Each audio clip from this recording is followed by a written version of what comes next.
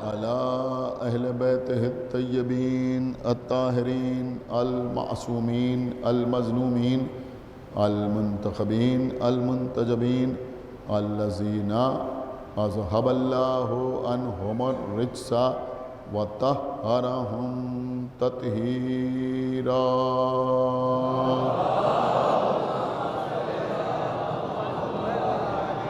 ولعنة الله على أعدائهم وقتلتهم وغاصبي حقوقهم ومنكري فضائلهم ومصائبهم أجمعين من الآن إلى يوم الدين.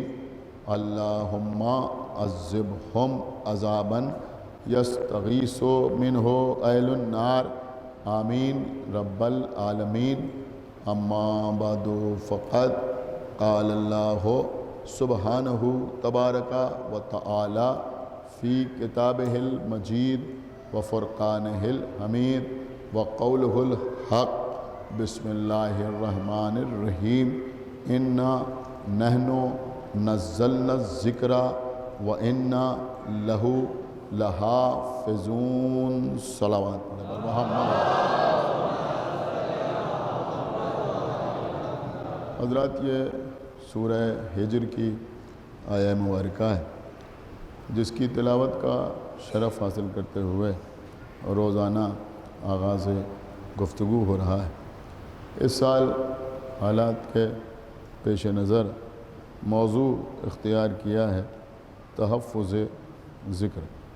بہرحال چند لوگوں میں صحیح، لیکن ذکر اہل بیت کا شرف کسی نہ کسی طریقے سے حاصل ہو رہا ہے. اس آیت میں ارشاد اقدس الہی ہو رہا ہے کہ ہم ہیں اس ذکر کے نازل کرنے والے. انا نحن نزلنا الذکر، ہم ہی ہیں اس ذکر کے نازل کرنے والے. وَإِنَّا لَهُ لَحَافِظُونَ، اور ہم ہی ہیں اس کی حفاظت کرنے والے. اس سے پہلے کی مجالس پہ میں نے آپ کی خدمت میں عرض کیا کہ اس آیت میں اللہ نے قرآن یا کتاب یا کلام اللہ کا لفظ استعمال نہ کیا، بلکہ لفظ استعمال ہوا ذکر. ہم ہی ہیں اس ذکر کے نازل کرنے والے، اور ہم ہی ہیں اس ذکر کی حفاظت کرنے والے. میں نے آپ کی خدمت میں عرض کیا تھا کہ عام طور پر علماء نے، مفسرین نے، مترجمین نے ذکر سے مراد قرآن لیا ہے. لہذا عام طور پر جب کوئی ذاکر یا خطیب اس آیت کی تلاوت کرتا ہے تو سب سے پہلے ترجمہ اس انداز سے کرتا ہے کہ ارشاد رب العزت ہو رہا ہے کہ ہم ہی ہیں اس قرآن کے نازل کرنے والے، اور ہم ہی ہیں اس کی حفاظت کرنے والے. دیکھیے، جتنے حضرات یہاں تشریف فرما ہیں، کسی کے گھر میں کوئی مذہبی یا دینی کتاب ہو یا نہ ہو، تاریخ کی کتاب موجود ہو یا نہ ہو، تفسیر سے متعلق کوئی کتاب ہو یا نہ ہو، لیکن کم سے کم ہر گھر میں قرآن مجید کا ایک نسخہ موجود رہتا ہے. کوئی بھی مسلمان ایسا نہ ہوگا جس کے گھر میں قرآن موجود نہ ہو. خاص طور سے ہمارے درمیان، یعنی مومنین کے درمیان، اور بر صغیر میں، یعنی ہندوستان اور پاکستان جس کو بر صغیر کہا جاتا ہے، بر صغیر میں، یا یوں سمجھیں کہ اردو اسپیکنگ جو لوگ ہیں ان کے درمیان، جہاں جہاں اردو بولی جاتی ہے، ان کے درمیان بہت زیادہ مقبول ہے مولانا فرمان علی صاحب کا ترجمہ. میرے خیال میں ہر گھر میں جو قرآن آپ کے گھروں میں رکھا ہے، اس میں زیادہ تر گھروں میں جو قرآن ہے وہ مولانا فرمان علی صاحب کا ترجمہ کیا ہوا ہے. ان کے علاوہ اور بھی بہت سے شیعہ علماء گزرے جنہوں نے اردو میں قرآن مجید کا ترجمہ کیا، جس میں ایک بہت بڑا نام ہے علامہ مقبول احمد صاحب قبلہ کا، جنہوں نے فضائل اہل بیت قرآن کے حوالے سے اپنے ضمیمے میں خوب تحریر کی ہے. وہ بھی ہے، لیکن ہر گھر میں زیادہ تر جو رکھا ہے وہ فرمان علی صاحب کا تحریر کیا ہوا قرآن رکھا ہوا. آپ قرآن پڑھیں جو آپ کے گھر میں رکھا ہے ترجمے کے ساتھ، تو فرمان علی صاحب نے ایک تو آیت کے نیچے اس کا اردو میں ترجمہ لکھا ہے، اور حاشیے پر، یعنی ایک تو ترجمہ ہو گیا اور حاشیے پر یعنی سائیڈ میں انہوں نے حاشیے تحریر کیے ہیں، اس کو آپ حاشیہ بھی کہہ سکتے ہیں اور مختصر تفسیر بھی کہہ سکتے ہیں۔ تو جو انہوں نے حاشیے تحریر کیے ہیں اس میں انہوں نے بڑی کام کی باتیں تحریر کی ہیں۔ تو جہاں پر یہ آیت انہوں نے تحریر کی ہے، دیکھیں میں نے پوری وضاحت کر دی تاکہ کسی کو کوئی کنفیوژن نہ رہ جائے، تو جہاں پر یہ آیت ہے اِنَّا نَحْنُ نَزَّلْنَا الذِّكْرَ وَإِنَّا لَهُ لَحَافِظُونَ، وہاں پر انہوں نے جو حاشیہ تحریر کیا ہے جا کے دیکھیے گا، تو انہوں نے اس حاشیے میں تحریر کیا ہے کہ یہاں پر ذکر سے مراد قرآن ہے، اور اللہ اعلان کر رہا ہے کہ ہم ہی ہیں اس قرآن کے نازل کرنے والے اور ہم ہی ہیں اس کی حفاظت کرنے والے۔ لیکن انہوں نے بعد میں لکھا کہ بہت سے علماء کا یہ خیال ہے کہ یہاں پر ذکر سے مراد، بہت توجہ کے ساتھ سنیے گا، یہاں پر ذکر سے مراد ذات رسول ہے۔ ایک صلوات پڑھے محمد وآلہ۔ دیکھیں قبلہ، ایک بہت بڑا فیصلہ اس وقت آپ کے سامنے میں کرنے جا رہا ہوں، انشاءاللہ آپ محسوس کریں گے۔ انہوں نے لکھا ذکر سے مراد کیا ہے؟ ذکر سے مراد ہے ذات رسول۔ ہو سکتا ہے بہت سے لوگوں نے اس سے پہلے یہ نہ سنا ہو جو میں آپ کی خدمت میں عرض کر رہا ہوں، حالانکہ آپ کے گھر ہی سے نکال کے آپ کی خدمت میں پیش کر رہا ہوں۔ انہوں نے لکھا ذکر سے مراد ذات رسول ہے۔ اب آپ مجھے بتائیں کہ اگر ذکر سے مراد ذات رسول ہے، اگر ذکر سے مراد ذات رسول ہے، تو پھر اس آیت کا ترجمہ کیا ہوگا؟ دیکھیں ساری بحثیں ایک طرف رکھ دیجئے، لیکن آپ مجھے بتائیے کہ پھر اس آیت کا ترجمہ کیا ہوگا؟ اِنَّا نَحْنُ نَزَّلْنَا الذِّكْرَ وَإِنَّا لَهُ لَحَافِظُونَ۔ اب اگر دیکھیں دو چار والی بات ہے، اب اگر ذکر سے مراد قرآن ہے تو ترجمہ یہ ہوگا کہ ہم ہی ہیں اس قرآن کے نازل کرنے والے اور ہم ہی ہیں اس کی حفاظت کرنے والے۔ اور اگر ذکر سے مراد ذات رسول ہے تو پھر ترجمہ یہ ہوگا کہ ہم ہی ہیں اس محمد کے نازل کرنے والے۔ ایک صلوات پڑھے بر محمد و آل محمد پر، اور کیا ایک صلوات اور پڑھے بر محمد و آل محمد، یہی تو ترجمہ ہوگا۔ آپ مجھے بتائیں، اگر کسی کی سمجھ میں آ رہا ہو کہ اس کے علاوہ کچھ اور ترجمہ ہو سکتا ہے تو مجھے بتائے۔ اگر ذات رسول مراد ہے ذکر سے تو پھر یہی تو ترجمہ ہوگا کہ ہم ہی ہیں اس محمد کے، اس رسول کے نازل کرنے والے اور ہم ہی ہیں اس کی حفاظت کرنے والے۔ تو ایک بات سمجھ میں آئی کہ اللہ کہہ رہا ہے ہم ہی ہیں اس محمد کے نازل کرنے والے، میں نہیں بلکہ ہم۔ کچھ غور کیا آپ نے؟ اور ہم ہی ہیں اس کی حفاظت کرنے والے۔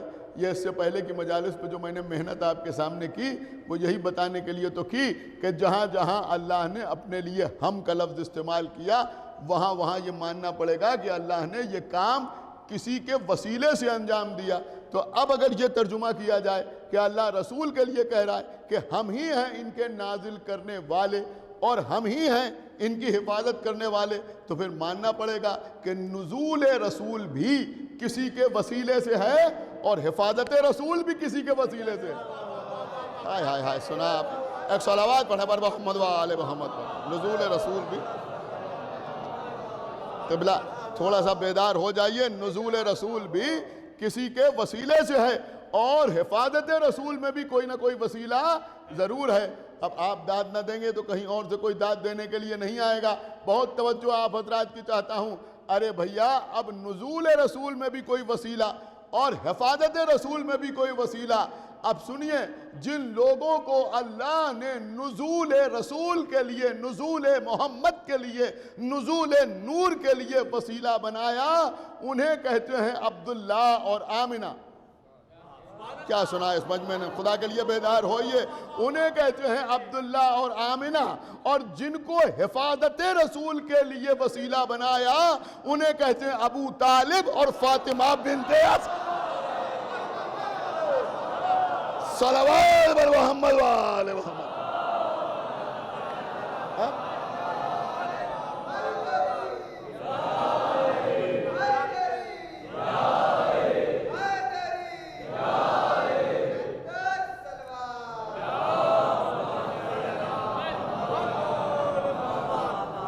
آپ نے کچھ غور کیا کہ بھائی نزول رسول بھی اللہ کا کام اور حفاظت رسول بھی؟ انشاءاللہ کل اور پرسوں کی مجلس میں بھی کچھ باتیں آپ کی خدمت میں عرض کروں گا. یہ باتیں میں اتحاد بین المومنین کے لیے بھی پڑھ رہا ہوں. پوری توجہ آپ حضرات کی چاہتا ہوں کہ نزول رسول میں کون وسیلہ؟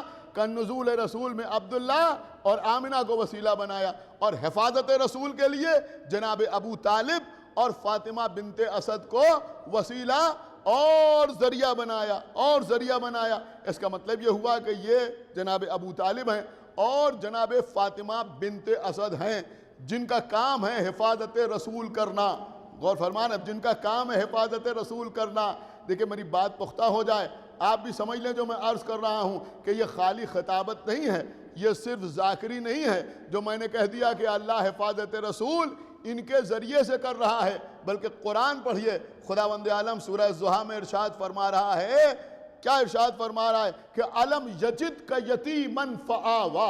وہ وقت یاد کیجئے کہ جب آپ یتیم تھے اور ہم نے آپ کو پناہ دی. سنا آپ نے یا نہیں سنا؟ آپ یتیم تھے. ایک صلوات پڑھے محمد و آل محمد. آپ نے شاید بالکل توجہ نہ فرمائی کہ آپ یتیم تھے اور ہم نے آپ کو پناہ دی. اب اگر پیغمبر یتیم ہونے کے بعد خانہ کعبہ میں جا کے رہنے لگتے تو سمجھ میں آتا کہ یتیم تھے، اللہ نے پناہ دی. اگر مسجد الحرام میں جا کے بیٹھ جاتے تو سمجھ میں آتا کہ یتیم تھے، اللہ نے پناہ دی. اگر بیت المقدس پہ جا کے رہنے لگتے تو سمجھ میں آتا کہ یتیم تھے، اللہ نے پناہ دی. اگر عیسیٰ کی طرح چرخ چہارم پہ اٹھا لیے جاتے تو سمجھ میں آتا کہ یتیم تھے، اللہ نے پناہ دی. لیکن جب اللہ کا رسول یتیم ہوا تو پناہ کہاں ملی؟ کہ ابو طالب کے گھر میں، فاطمہ بنت اسد کے گھر میں. سن رہے ہیں آپ؟ ابو طالب کے گھر میں، فاطمہ بنت اسد کے گھر میں. اس کا مطلب یہ ہوا کہ یہ دو وہ شخصیتیں ہیں جن کا مکان اللہ کا مکان ہے، جن کی امان اللہ کی امان. صلوات بر محمد و آل محمد.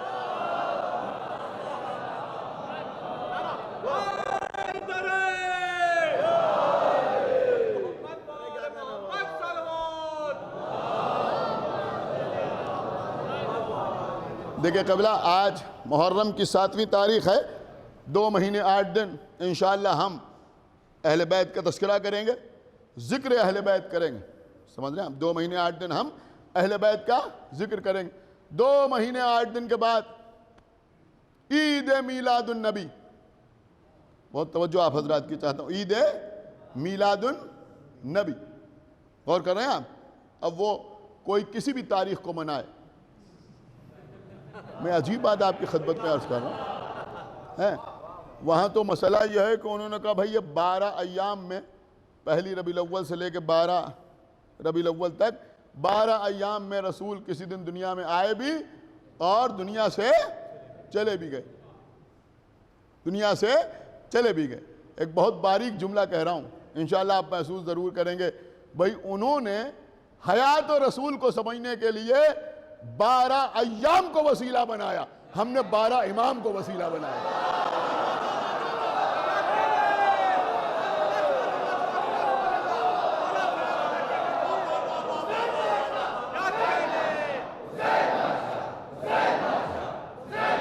ایک صلوات پڑھا پر محمد و آل محمد.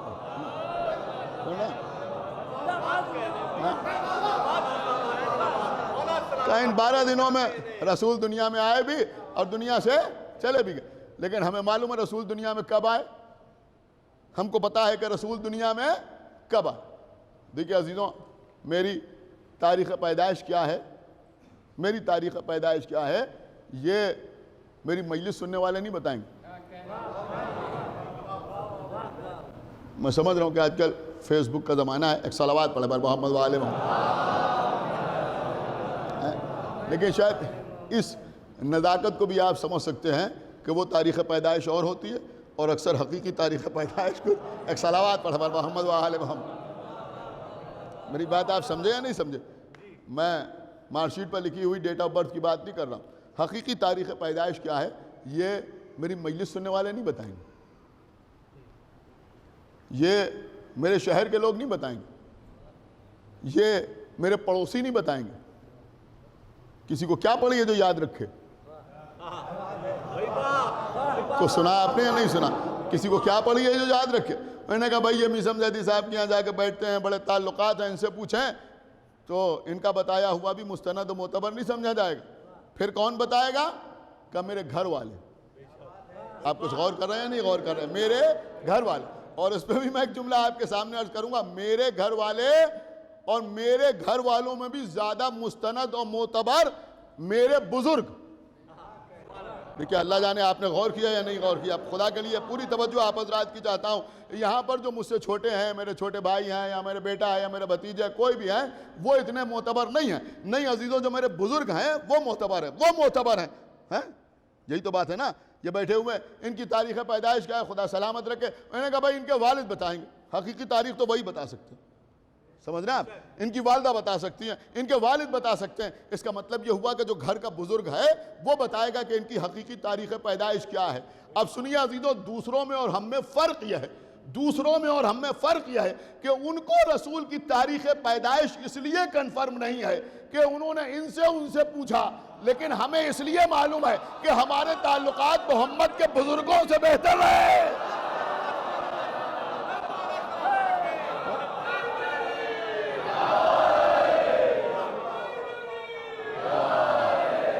ان کے بزرگوں سے۔ لیکن بہرحال اس وقت یہ بحث نہیں ہے۔ کوئی 12 ربیع الاول کو عید میلاد النبی بنائے یا ہمارے جیسے 17 ربیع الاول کو پیغمبر کی آمد کا جشن منائے، میری طرف آپ متوجہ رہیں، وہ منائیں یا ہم منائیں۔ لیکن ایک جملہ بڑی قیامت کا آپ کی خدمت میں عرض کر رہا ہوں کہ عید میلاد النبی ہو یا ہمارا 17 ربیع الاول کا جشن ہو، یہ دونوں تاریخیں اس بات کا اعلان کرتی ہیں کہ کربلا میں حسین کامیاب ہوئے۔ دیکھیں آپ میری طرف دیکھیں، یہ دونوں تاریخیں اس بات کا اعلان کرتی ہیں کہ کربلا میں حسین کامیاب ہوئے۔ آپ شاید غور نہیں کر رہے ہیں۔ ارے بھیا 2 مہینے 8 دن تک کربلا کا تذکرہ ہونے کے بعد، 2 مہینے 8 دن تک کربلا کا تذکرہ ہونے کے بعد اگر مسلمانوں کے اجتماع میں یزید کے دادا ابو سفیان کا تذکرہ ہو تو یزید کامیاب ہوا، اور اگر حسین کے نانا محمد کا تذکرہ ہو۔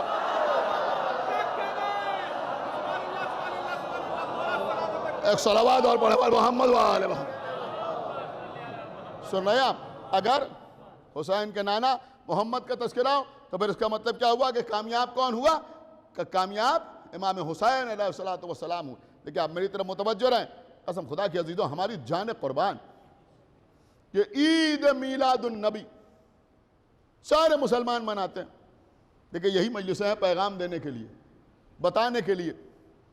میں ان کی بات نہیں کر رہا ہوں جو نہیں مناتے، میں ان کی بات کر رہا ہوں جو مناتے ہیں۔ صلوات پڑھے محمد و آل محمد۔ جو مناتے ہیں، ارے بھائی میں کچھ عرض کر رہا ہوں، ایک ہی تو کامن پرسنالٹی ہے۔ میں کچھ کہہ گیا آپ کی خدمت میں، آپ نے غور نہیں کیا۔ ایک ہی تو کامن پرسنالٹی ہے جس کی ولادت کا جشن وہ بھی مناتے ہیں اور ہم بھی مناتے ہیں۔ بھائی خدا کے لیے تھوڑا بیدار ہوئیے، ایک صلوات پڑھے محمد و آل محمد۔ آپ نے شاید اس جملے پر غور ہی نہیں کیا، میں کہاں لے کے آپ کو۔ باقی 13 رجب میں ہم اکیلے، 3 شعبان میں ہم اکیلے، 15 رمضان کو ہم اکیلے، ہر تاریخ کو ہم اکیلے جشن ولادت بنا رہے ہیں، اکیلے جشن ولادت بنا رہے ہیں۔ بہت توجہ آپ حضرات کی چاہتا ہوں، کوئی اور جشن ولادت نہیں منا رہا ہے، خالی ہم ہی جشن ولادت منا رہے ہیں، کوئی اور جشن ولادت منانے والا نظر نہیں آ رہا ہے، ہم منا رہے ہیں۔ وہاں بھی مسئلہ یہ ہے کہ رسول کا جشن ولادت تو سب منا رہے ہیں، لیکن باقی لوگوں کے ان کو جو ایام یاد آتے ہیں وہ صرف دنیا سے جانے کے یاد آتے ہیں۔ ایک صلوات پر ہمارے محمد و آل محمد۔ دنیا سے جانے کے یاد آتے ہیں، کسی کی دنیا میں آمد کا کوئی جشن نہیں مناتا۔ ایک صلوات پر ہمارے محمد و آل، آمد کا کوئی جشن نہیں مناتا۔ دیکھیں مکمل طور پہ آپ میری طرف متوجہ رہیں، کسی کی آمد کا کوئی جشن نہیں مناتا، لیکن عید میلاد النبی، میلاد النبی، آپ کو پتا ہے میلاد کسے کہتے ہیں؟ میلاد کا مطلب کیا ہوتا ہے؟ میلاد، دیکھیے تقریر جو ہوتی ہے انہوں نے کہا یہ جشن پڑھ رہے ہیں، یہ فضائل پڑھ رہے ہیں، یہ جملے الگ الگ ہیں. اب تو بہت سی چیزوں کا فرق ہی ختم ہو گیا ہے. میرے خیال میں سامعین کی کیا بات ہو، شاید بہت سے پڑھنے والوں کی سمجھ میں نہیں آتا کہ یہ مقاصدہ ہو رہا ہے یا مسالمہ ہو رہا ہے. ایک صلوات پڑھے والے محمد وآل محمد، سمجھ نہیں پاتے لوگ. نوحہ کیا ہے، ماتم کیا ہے. بہرحال تو ایسے ہی مقررین کا معاملہ ہے. جشن پڑھنا اور ہے، فضائل پڑھنا اور ہے. جسے ہم نے اپنے بزرگوں سے سنا ہے کہ صاحب علامہ ابن حسن نونہروی صاحب قبلہ میلاد پڑھتے تھے. میلاد، آپ اس کا مطلب سمجھے کیا ہوتا تھا؟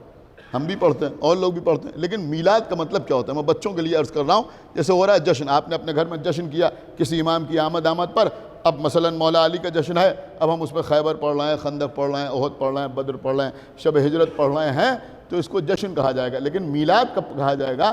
میلاد اس وقت کہا جائے گا جب اس تقریر میں وہ تذکرے ہوں کہ جو امام کی آمد کے وقت رونما ہوئے. سمجھ رہے ہیں؟ یعنی مثلا یہ پڑھا جائے کہ فاطمہ بنت اسد خانہ کعبہ کے قریب آئیں، دیوار میں در پیدا ہوا، بی بی اندر گئیں، مولا علی دنیا میں تشریف لائے. یا مثلا امام حسین کا میلاد ہے تو اس میں فطر کے حالات پڑھے جائیں، فرشتوں کا آنا پڑھا جائے، تو اس کو کہا جائے گا میلاد.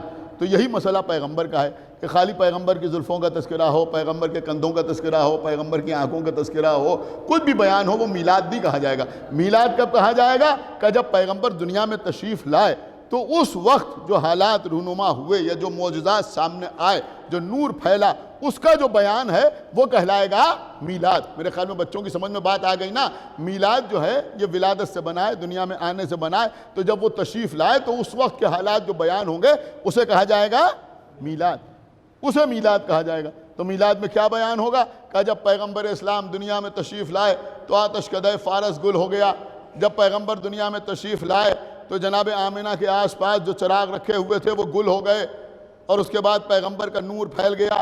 جب پیغمبر دنیا میں تشریف لائے تو پیغمبر اسلام نے سجدہ خالق میں سر رکھ دیا، ہاتھوں کو بلند کیا، اور اس کے بعد پروردگار سے دعا کی، یہ ہوا وہ ہوا. یہ تمام حالات جو بیان ہوں ان کا بیان کرنا کہلاتا ہے میلاد. سارے مسلمان زور دیتے ہیں، انہوں نے کہا آج عید میلاد النبی ہے. میں سارے مسلمانوں کو چیلنج کرتا ہوں، ہمیں بتاؤ کہ سب سے پہلے یہ میلاد پڑھا کس نے؟ دیکھیں میں کہاں لے آیا آپ کو کہ سب سے پہلے یہ میلاد کس نے پڑھا؟ کس نے پڑھا سب سے پہلے یہ میلاد؟ کسی صحابی نے پڑھا؟ نہیں. کسی مکے کے رہنے والے نے پڑھا؟ کسی مدینے کے رہنے والے نے پڑھا؟ کسی نہیں پڑھا. تو پھر یہ پڑھا کس نے؟ ظاہر سی بات ہے کہ جناب آمنہ نے تو بیان کیا نہیں، وہ تو سچا خانے میں ہے. تو یہ بیان کس نے کیا؟ آپ شاید غور نہیں کر رہے ہیں، یہ بیان کس نے کیا؟ عزیزو پڑھیے سیرت کی ساری کتابیں، آپ اس نتیجے پر پہنچیں گے کہ جس وقت پیغمبر کا نزول یا ظہور یا آمد ہو رہی تھی، اس وقت فاطمہ بنت اسد کے ساتھ، اس وقت جناب آمنہ کے ساتھ حجرے میں صرف جناب فاطمہ بنت اسد موجود تھی. کون موجود تھا؟ علی کی ماں فاطمہ بنت اسد موجود تھی. اب پیغمبر کے دنیا میں آنے کے بعد جو کرامتیں، جو معجزات، جو حالات، جو فضائل رونما ہوئے، ان کو دیکھنے والی جناب فاطمہ بنت اسد تھی. پیغمبر کی آمد کے بعد جناب فاطمہ بنت اسد اس حجرے سے چلی، جناب ابو طالب کے پاس آئیں اور آ کر سارے حالات بیان کیے. میں اس مجلس کے حوالے سے بہت دور تک یہ پیغام پہنچانا چاہتا ہوں کہ سب سے پہلا میلاد فاطمہ بنت اسد نے پڑھا اور ابو طالب نے سنا. ایک صلوات بر محمد و آل محمد. سب سے پہلا میلاد. ایک صلوات اور پڑھتے بر محمد و آل محمد. سب سے پہلا میلاد جناب فاطمہ بنت اسد ہی نے تو پڑھا. فاطمہ بنت اسد نے پڑھا اور ابو طالب نے سنا. اور سنیے، لطف کی بات آپ کی خدمت پہ عرض کر رہا ہوں. ہم مجلس پڑھ کے اترے، لوگ تعریف کرتے ہیں، داد دیتے ہیں، سبحان اللہ، ماشاءاللہ، جزاک اللہ، کیا کہنا. لیکن کچھ بزرگ ایسے بھی ہوتے ہیں جو خالی تعریف نہیں کرتے بلکہ دعا بھی دیتے ہیں کہ اللہ آپ کو صحت عطا کرے، عمر عطا کرے، یہی کہتے ہیں نا، علم عطا کرے اور ترقی کیجئے اور ذکر اہل بیت کیجئے۔ اس کا مطلب یہ ہوا کہ داد کی ایک شکل دعا بھی ہوتی ہے۔ آپ میری بات اللہ جانے سمجھ رہے ہیں یا نہیں سمجھ رہے ہیں؟ یعنی اگر کسی کے سامنے کوئی شعر سنائے، کسی کے سامنے کوئی تقریر کرے تو لوگ واہ واہ سبحان اللہ ماشاء اللہ جزاک اللہ بھی کہتے ہیں، اور بعد میں لوگ دعائیں بھی دیتے ہیں۔ کبھی کوئی کہتا ہے ہماری عمر بھی آپ کو لگ جائے، زندہ رہیے، سلامت رہیے، خوش رہیے، آباد رہیے، آپ کے ارمان پورے ہوں۔ سنیے عزیزوں، جب کائنات میں پہلی مرتبہ جناب فاطمہ بنت اسد نے میلاد پڑھا تو سننے والا ایک سامع تھا جس کا نام تھا جناب ابو طالب۔ تو ابو طالب نے خالی داد نہیں دی بلکہ فاطمہ بنت اسد کو دعا بھی دی۔ اب دیکھتا ہوں کون خاموش رہتا ہے اس دعا کو سن کر۔ آپ کو پتا ہے وہ دعا کیا تھی؟ جناب ابو طالب نے دعا دی فاطمہ بنت اسد کو جب انہوں نے میلاد پڑھا کہ آج سے 30 سال کے بعد اللہ آپ کو بھی ایک ایسا ہی بیٹا عطا کرے گا۔ ایک صلوات پڑھے بل محمد وآل محمد پر، ایسا ہی آج سے 30 سال کے بعد اللہ آپ کو ایسا ہی بیٹا عطا کرے گا۔ یہ کہ آپ ماشاءاللہ متوجہ ہیں، خداوند عالم آپ کو دنیا کے ہر آفت اور ہر بلا سے محفوظ رکھے۔ دور دور تک لوگ یہ مجلس سن رہے ہیں۔ سنیے قبلہ، ایک بات میں عرض کروں گا، یہ جناب ابو طالب اور جناب فاطمہ بنت اسد کے 4 بیٹے تھے اور 2 بیٹیاں تھیں۔ جانتے ہیں نا، 6 بچے تھے، 4 بیٹے اور 2 بیٹیاں۔ سب سے بڑے بیٹے کا نام تھا جناب طالب، جن کی وجہ سے کہلاتے ہیں ابو طالب، نام تھا عمران۔ یہ جناب طالب جو تھے، دیکھیں یہاں جو بچے آتے ہیں وہ اپنے ساتھ کچھ لے کے جاتے ہیں۔ جناب طالب پیغمبر کے ہم سن تھے، یعنی جس سال پیغمبر کی ولادت ہوئی اسی سال جناب طالب کی ولادت ہوئی۔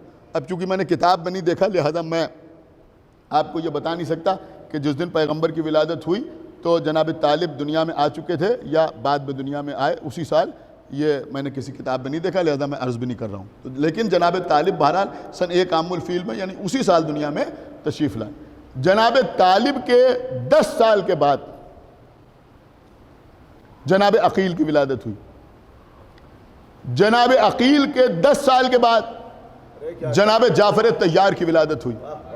دیکھیں جیسے آپ کا دل چاہے ویسے سنیے گا، لیکن کلیجہ نکال کے آپ کے سامنے رکھ رہا ہوں۔ اور اسی بیچ میں جناب عاتقہ اور جناب ام ہانی کی ولادت ہوئی، بیچ میں بیٹیوں کی ولادت۔ اور جناب جعفر طیار کے 10 سال کے بعد مولا علی کی ولادت ہوئی۔ آپ غور نہیں کر رہے ہیں؟ اب ذرا آپ اندازہ لگائیں، جناب ابو طالب کے بارے میں تو لوگ یہی بحث کرتے رہتے ہیں وہ مومن تھے یا مومن نہیں تھے، اما ذرا غور کرو کہ ابو طالب کون تھے۔ آپ غور نہیں کر رہے کون تھے اور کہاں تک ان کی نگاہ دیکھ رہی تھی، آپ شاید غور نہیں کر رہے ہیں۔ جب پیغمبر کی ولادت ہوئی تو مثلا طالب تھے یا نہیں تھے، بعد میں آنے والے تھے، لیکن یہ نہیں کہا کہ ابھی کچھ دن کے بعد اللہ تمہیں ایسا ہی بیٹا عطا کرے گا۔ ہائے ہائے ہائے، آپ غور نہیں کر رہے ہیں، خدا کے لیے بھائی بیدار ہوئیے۔ یہ نہیں کہا کہ 10 سال کے بعد اللہ تمہیں ایسا ہی بیٹا عطا کرے گا، جبکہ 10 سال کے بعد عقیل کی ولادت ہونے والی ہے۔ یہ نہیں کہا کہ اللہ 20 سال بعد تمہیں ایسا ہی بیٹا عطا کرے گا، جبکہ 20 سال بعد جعفر طیار کی ولادت ہونے والی ہے، بلکہ فرمایا 30 سال کے بعد اللہ تمہیں ایسا ہی بیٹا عطا کرے گا۔ 30 سال کے بعد اللہ تمہیں ایسا ہی بیٹا عطا کرے گا۔ اب جیسے چاہے ویسے سنیں یہ مجمع، اس کا مطلب یہ ہوا کہ ابو طالب خالی غیب کا علم رکھنے والے نہیں تھے، معرفت نور رکھنے والے تھے۔ ایک صلوات علی محمد وآل محمد۔ 30 سال بعد بتانا چاہ رہے ہیں کہ بیچ میں یا علی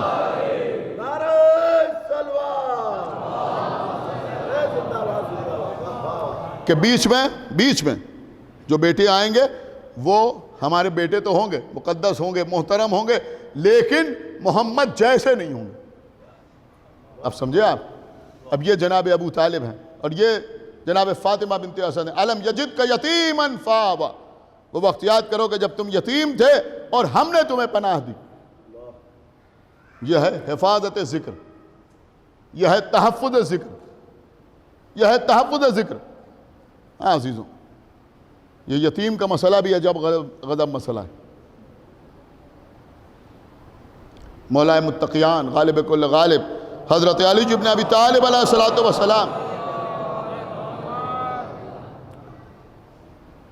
فرماتے ہیں کہ دیکھو، کبھی کسی یتیم کے سامنے اپنے بچے کو پیار نہ کرنا،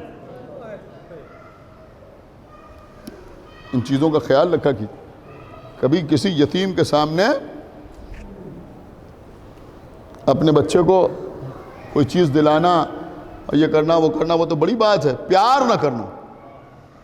کیوں پیار نہ کرنا؟ کیوں پیار نہ کرنا؟ اس لیے کہ اس کے دل میں احساس یتیمی تازہ ہو جائے۔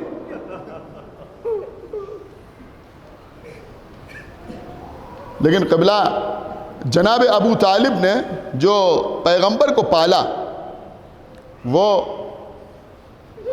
یتیم سمجھ کے نہیں پالا، میں کہوں گا بھتیجا سمجھ کے بھی نہیں پالا۔ اس لیے کہ اگر بھتیجا سمجھ کے پالتے، اب دامن وقت پہ گنجائش دی نہیں تو میں آپ کے سامنے عرض کرتا کہ اگر بھتیجا سمجھ کے پالتے تو پھر اپنے بیٹوں کو قربانی کے لیے اپنے بھتیجے کے بستر پر نہ سلاتے، اس لیے کہ بہرحال بیٹا قریب ہوتا ہے، بھتیجا دور ہوتا ہے۔ کچھ غور کر رہے ہیں آپ؟ تو پھر کیا سمجھ کے پالا؟ ابو طالب نے، میں جملہ عرض کر رہا ہوں، سمجھنا آپ کا کام ہے، ابو طالب نے محمد کو دین سمجھ کے پالا۔ اللہ اکبر! اور نہیں کیا آپ نے؟ ابو طالب نے محمد کو، آپ نے شاید اس جملے کو سمجھا نہیں یا غور نہیں فرمایا کہ ابو طالب نے محمد کو دین سمجھ کے پالا۔ اب یہ نہ کہو کہ محمد کے پالنے والے کو ابو طالب کہتے ہیں، یہ کہو کہ دین کے پالنے والے کو ابو طالب کہتے ہیں، اسلام کے پالنے والے کو ابو طالب کہتے ہیں۔ اور سنیں گے آپ؟ اب یہی اصول آگے بڑھائیے، اپنے بیٹوں کو جو قربان کر رہے ہیں تو محمد کو دین سمجھ کے اپنے بیٹوں کو قربان کرنا۔ سن رہے ہیں آپ؟ دین سمجھ کے قربان کر رہے ہیں۔ بس عزیزوں، مجلس تمام ہو رہی۔ آقا حسین رسول کے ایک زانو پر بیٹھے ہوئے ہیں، دوسرے زانو پر ابراہیم ابن محمد پیغمبر کے اپنے بیٹے، جو جناب ماریہ قبطیہ کے بطن سے تھے۔ پیغمبر کو اللہ نے یا تو جناب خدیجہ کے ذریعے سے اولاد عطا کی، جس پہ صرف جناب فاطمہ زہرا باحیات رہیں، اور پھر بعد میں آخر میں جناب ماریہ قبطیہ کے ذریعے ایک بیٹا جناب ابراہیم کی شکل میں عطا فرمایا، جو تقریباً امام حسین کے برابر تھے۔ اب ذرا اس نزاکت کو آپ ملاحظہ فرمائیں، ایک زانو پر حسین، ایک زانو پر حسین، دوسرے زانو پر ابراہیم۔ جبرائیل آئے، اللہ کہتا ہے کہ ایک وقت پہ دو سے محبت، یہ رسول ایک کو دوسرے پر قربان کر دیجئے۔ اب آپ مجھے بتائیے، سوچ سمجھ کے بتائیے، دیکھیں بہت سی باتیں ہیں اس میں، بہت سے گوشے ہیں۔ امام حسین بے شک رسول کے بیٹے ہیں، ابراہیم بھی بیٹے ہیں، لیکن اگر آپ ظاہری نظر سے دیکھیے تو ایک بالواسطہ بیٹا ہے، ایک بلا واسطہ بیٹا ہے۔ ارے کیا کہنا، میں نے غلط تو نہیں عرض کی؟ آقا حسین کون ہے؟ بیٹی کے بیٹے، یہی تو ہے نا مسئلہ۔ اور ابراہیم کون ہے؟ خود پیغمبر کے بیٹے، یعنی ابراہیم بلا واسطہ بیٹے، امام حسین بالواسطہ بیٹے۔ دوسری بات قبلہ یہ ہے کہ رسول کا ابراہیم کے علاوہ کوئی اور بیٹا نہیں ہے، جبکہ علی و فاطمہ کے دوسرے بیٹے امام حسن موجود ہیں، شہزادی زینب و جناب ام کلثوم بیٹیاں موجود ہیں۔ اگر امام حسین کو ابراہیم پر قربان کر دیں تب بھی علی کے پاس ایک بیٹا رہ جائے گا۔ آپ غور نہیں کر رہے، میں کیا عرض کر رہا ہوں؟ خدا کے لیے بھائی تھوڑا سا بیدار ہوئیے۔ لیکن ابراہیم کو جو حسین پر قربان کر رہے ہیں تو اب رسول کا تو کوئی بیٹا ہی نہیں رہ جائے گا۔ لیکن رسول نے کہا کہ میں نے ابراہیم کو حسین پر قربان کیا۔ اب یہ جملہ آپ کے حوالے، یہاں تو چند لوگ بیٹھے ہیں لیکن دور دور آن لائن لوگ مجلس سن رہے ہیں، میرے اس جملے کو یاد رکھیں گے، اور میں چاہوں گا کہ اس جملے کو کلپ کی شکل میں آگے بھی بڑھائیے کہ یہ امام حسین پر رسول نے جو ابراہیم کو قربان کیا، اس کو اس نظریے سے نہ دیکھیے کہ رسول نے بیٹے کو نواسے پر قربان کر دیا. نہیں، رسول اللہ نے حسین کو نواسا سمجھ کے اپنا بیٹا قربان نہیں کیا، بلکہ رسول اللہ نے حسین کو دین سمجھ کر، دین سمجھ کر اپنا بیٹا حسین ابن علی پر قربان کر دیا. تو حسین نے بھی آواز دی، نانا اگر آپ نے ہمیں دین سمجھ کر اپنا بیٹا ہم پر قربان کیا تو کربلا کے میدان میں ہم بھی اپنے سارے بچے آپ کے نام پر قربان کر دیں. عزیزوں، ابھی یتیم پر گفتگو ہو رہی تھی. آج 7ویں محرم،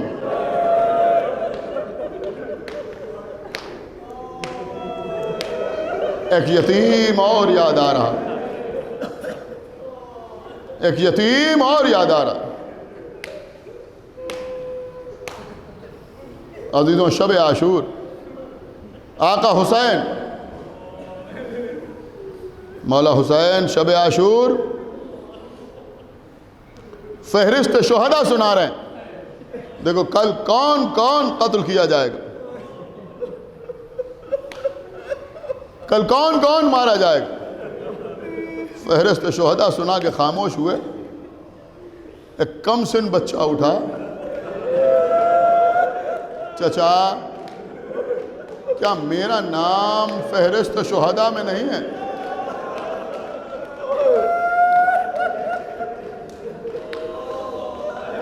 میرے لال، تمہارے نزدیک موت کیسی ہے؟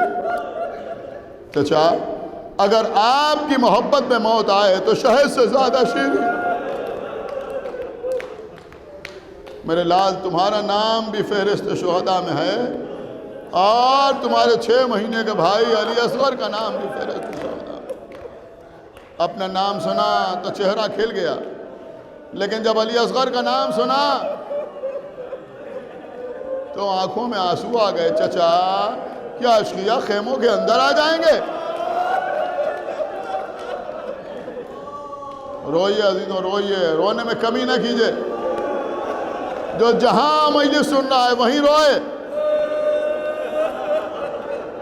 الحمدللہ اس وقت ہر مکان ہمارا عزا خانہ ہے، ہر گھر عزا خانہ بنا ہوا ہے.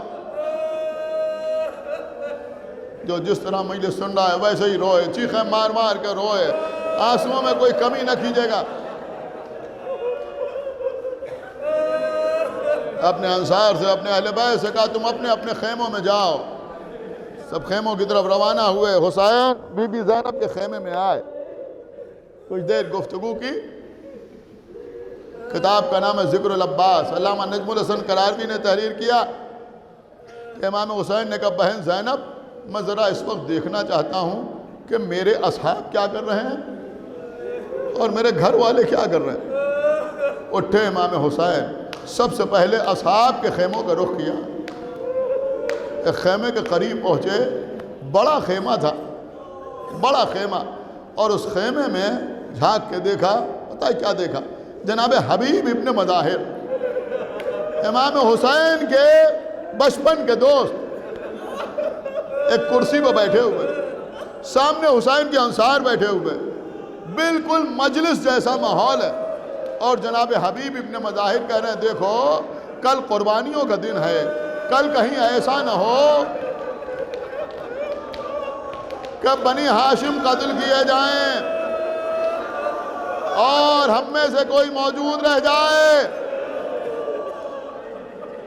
انصار ہاتھ جوڑ جوڑ کے کہہ رہے ہیں حبیب، آپ تو حسین کے حبیب ہیں، آپ تو حسین کے دوست ہیں، ارے کل ہمیں باری باری اجازت دلوا دیجیے گا، پھر دیکھیے گا ہم کیسے فداکاری کا فریضہ انجام دیتے ہیں. امام حسین نے کہا اللہ تمہیں سلامت رکھے. اس کے بعد آقا حسین نے اہل بیت کے خیموں کا رخ کیا. ایک خیمے کے قریب آئے، احساس ہوا کہ خیمے میں کوئی ہے. جھانک کے دیکھا 3 شخصیتیں. کون کون؟ کہ ایک علی کا بیٹا عباس، ایک حسن کا بیٹا قاسم، ایک حسین کا بیٹا اکبر۔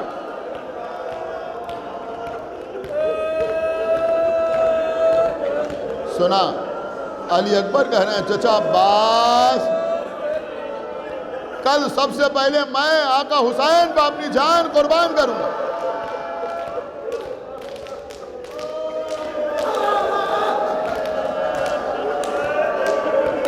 حضرت عباس کہتے ہیں بیٹا علی اکبر ایسی باتیں نہیں کرتے، پہلے میں جاؤں گا۔ کہا چچا اگر آپ پہلے گئے تو بابا کی کمر ٹوٹ جائے گی، بابا کا بازو شکستہ ہو جائے گا۔ کہا بیٹا تم بھی تو سوچو، اگر تم مارے گئے تو میرے آقا کی آنکھوں کی روشنی جاتی رہے گی۔ 13 برس کے قاسم اٹھے، چچا نہ پہلے آپ جائیں گے نہ بھیا علی اکبر پہلے آپ جائیں گے، پہلے میں جا کے قربانی پیش کروں گا، اس لیے کہ اگر چچا مارے گئے تو امو حسین کی کمر شکستہ ہو جائے گی، اگر بھیا علی اکبر مارے گئے تو امو کی آنکھوں کی روشنی جاتی رہے گی، لیکن میرے مارے جانے سے کچھ نہ ہوگا، اس لیے کہ میں یتیم ہوں۔ بس عزیزوں سنیے حوصلہ تھوڑا سا رکھیے، مجھے مصائب پڑھ لینے دیجیے۔ حسین خیمے میں داخل ہوئے، قاسم کو سینے سے لگایا، میرے لال جب تک میں زندہ ہوں اپنے کو یتیم نہ سمجھنا۔ عزیزوں کیا میں جملہ آپ کی خدمت پہ عرض کروں، جو حسین شب عاشور جناب قاسم سے کہہ رہے تھے میرے لال جب تک میں زندہ ہوں اپنے کو یتیم نہ سمجھنا، وہی حسین ہے جب قاسم میدان کی طرف چلے، گھوڑے پر سوار ہوئے۔ ہاں عزیزوں قد اتنا کم تھا کہ امام حسین علیہ السلام نے کہا بھیا عباس آگے بڑھو، گھوڑے کی رکابوں کو پلٹ دو۔ قاسم گھوڑے پر سوار، ایک باریک سے کرتا پہنے ہوئے ہیں، وہ آقا حسین آگے بڑھے، قاسم کا گریبان چاک کر دیا۔ خدا سلامت رکھے ان بچوں کو۔ دیکھیں یہ کربلا سے درس ملتا ہے، گریبان چاک کرنا یتیمی کی علامت ہے۔ خدا ان بچوں کے سروں پر ان کے باپ کا سایہ موجود رکھے، اس بات کا زندگی میں ہمیشہ خیال رکھنا۔ عزیزوں جناب قاسم چلے گئے، جناب زینب نے بلایا خیمے کے اندر امام حسین کو، بھیا حسین یہ آپ نے قاسم کا گریبان کیوں چاک کیا؟ کہا بہن زینب کیا پوچھ لیا؟ کہا بھیا بتاؤ کہ تم نے گریبان کیوں چاک کیا؟ کہا بہن زینب چاک گریبان یتیمی کی علامت ہے، میں نے اس لیے گریبان چاک کر دیا کہ شاید کوئی قاسم کو یتیم سمجھ کے کچھ رحم کرے۔ عزیزوں شہزادہ میدان میں آیا، قاسم میدان میں آئے، بس مجلس تمام ہو رہی ہے، میں نے سب کچھ ترک کر دیا۔ قاسم میدان میں آئے، میدان میں آ کے تلوار نکالی، تلوار نکال کر جناب قاسم نے جنگ کرنا شروع کی۔ قاسم جنگ کر رہے ہیں، ازرق شامی اور اس کے 7 بیٹوں کو قتل کیا۔ باب المراد مجھے قوت دے کہ میں پڑھ لے جاؤں۔ ہاں عزیزوں پوری توجہ آپ حضرات کی چاہتا ہوں، قاسم جنگ کرتے ہوئے آگے بڑھ رہے ہیں، ازرق شامی اور اس کے 7 بیٹوں کو فنار کیا۔ عزیزوں آگے بڑھتے چلے جا رہے ہیں، ایک مرتبہ کسی نے پشت پر گرز سے وار کیا، 13 برس کا شہزادہ گھوڑے سے زمین پہ آئے، یا ادرکنی، اے چچا میری مدد کے لیے آئی ہے۔ آواز دی بیٹا قاسم میں آ رہا ہوں۔ اور راوی کہتا ہے سنیے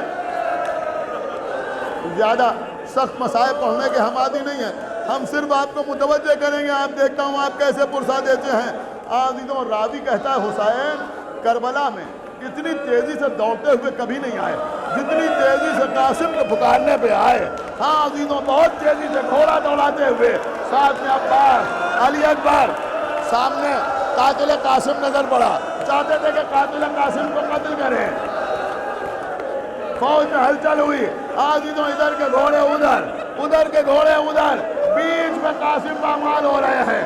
جب گھوڑے کی ٹانگ سینے پہ پڑتی تھی آواز دیتے تھے یا ماں ادرکنی، یا فلما ادرکنی عزیزوں اب جو حسین پہنچے تو قاسم کا جسم بس اب اس سے زیادہ میں عرض نہیں کر سکتا تو قاسم کا لاشا ایک جگہ پہ نہیں ملا ہر شہید کا لاشا حسین نے ایک جگہ سے اٹھایا لیکن قاسم کا لاشا ایک جگہ سے نہ اٹھایا ابا کو اتار کے زمین پر بچھایا ایک ٹکڑا ایک جگہ سے ایک ٹکڑا ایک جگہ سے ایک ٹکڑا ایک جگہ سے عزیزو حسین نے قاسم کی لاش کے ٹکڑے اٹھائے ایک کچھری بنا کے لے کے چلے ایک ہی جملہ کیا فرمایا میرے لال مجھے آنے میں بڑی تاخیر ہو گئی